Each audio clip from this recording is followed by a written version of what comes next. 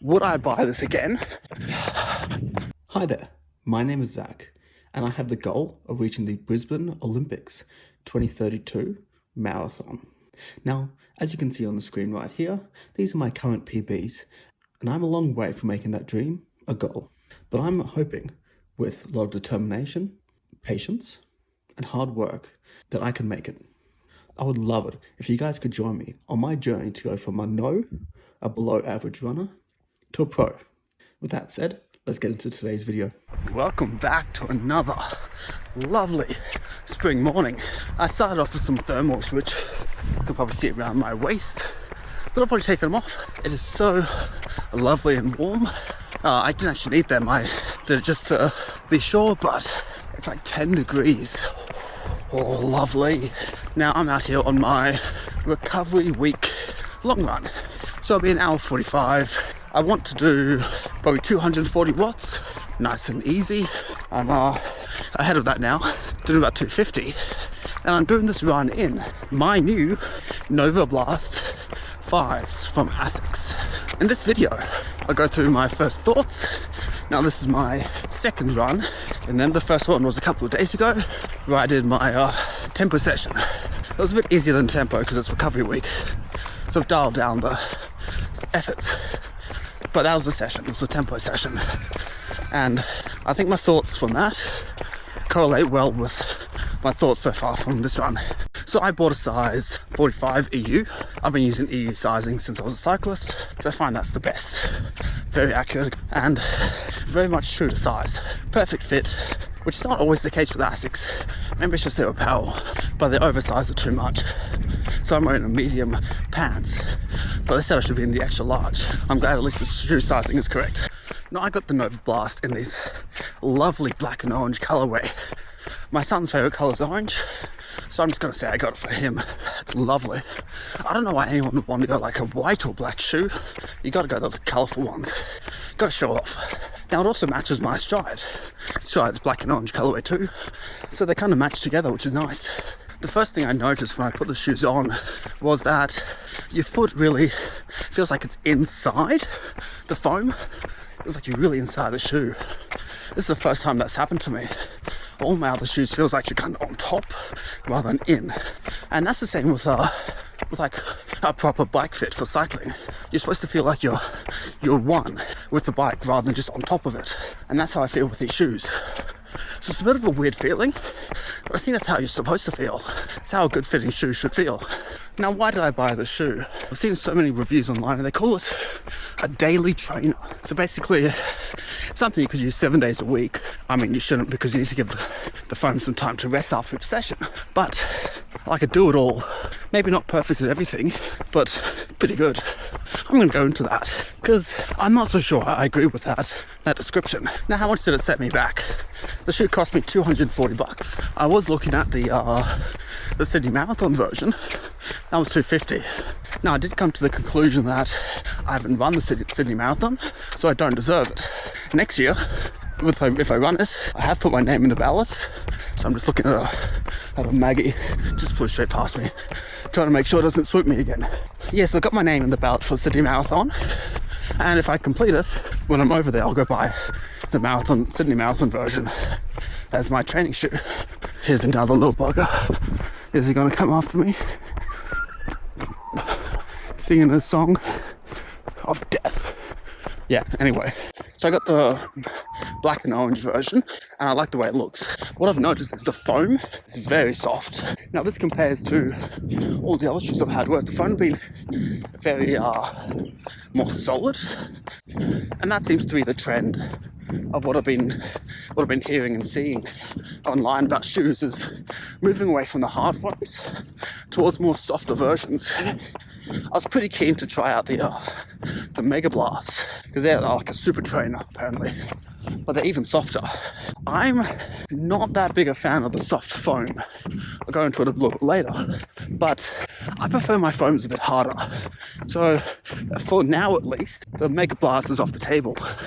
I'll keep going with this shoe, but would I buy this again? I don't know. At this point in time, probably not. But we'll see, maybe in 200 or 300 Ks, will my opinion have changed? Okay, so what do I like about the shoe? As I said a bit earlier, feels like you're in the shoe rather than on it. Now that feels amazing, and it's definitely something I'll be looking out for when I next buy shoes. I also like the back of the shoes. It's very thick and soft, and so like once my foot's in it, it doesn't move. Nice and solid, which is exactly what you want. You don't want any movement. That's one of the issues I've had with my Easy Run Salomon shoes, is it just moves around a bit. And that's why I bought these shoes in the first place, was pretty much to replace them in my rotation. What else do I like? So while it doesn't make me necessarily go faster, what I've noticed is when I'm running at sort of the intensity that I would normally, it feels easier and my heart rate is lower. I said before that I wanted to do about 240 watts. Now 250 is roughly what I would normally do, and that's what I'm doing today.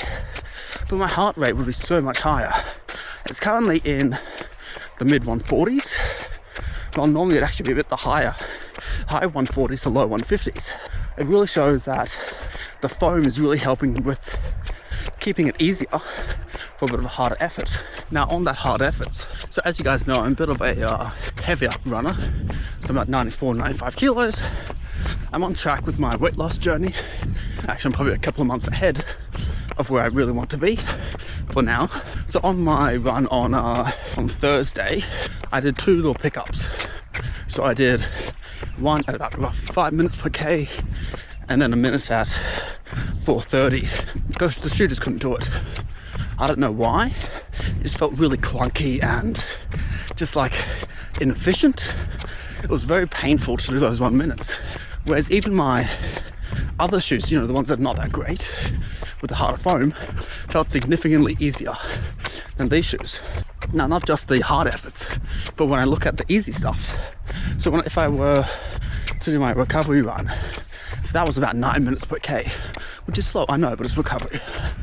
It just was so painful. And at the moment now, I'm going up a hill, going a bit slower because I'm going up a hill, and it just feels really sore in the back, like unstable. So like if I'm doing anything below about 730 per K, it's just not a good shoe. Same if I'm doing anything really, maybe 536 per K, that's also not a great shoe. So it's more of like a steady run, I think. So when you're going between about 6 and 7 minutes per K, it's fine. Which for the average runner is probably what they do. But for the heavier people, or the slower people, I don't know, I don't really like it for these sorts of runs. As I said a bit earlier, you know, I'm going to use as much as I can, see if it changes over time.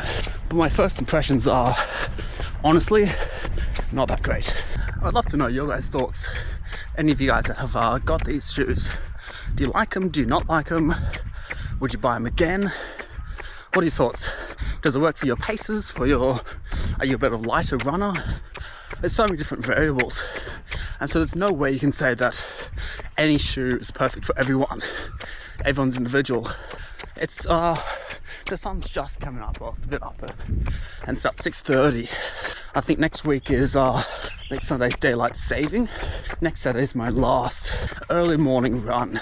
So, well, if I go out at 5:30, it'll actually be 6:30, because people like to have sunlight at night in summer, which I don't really like. I'm an early up, early to bed. It means that next week will be a 5:30 run. Week after, which is the week of my first proper half marathon.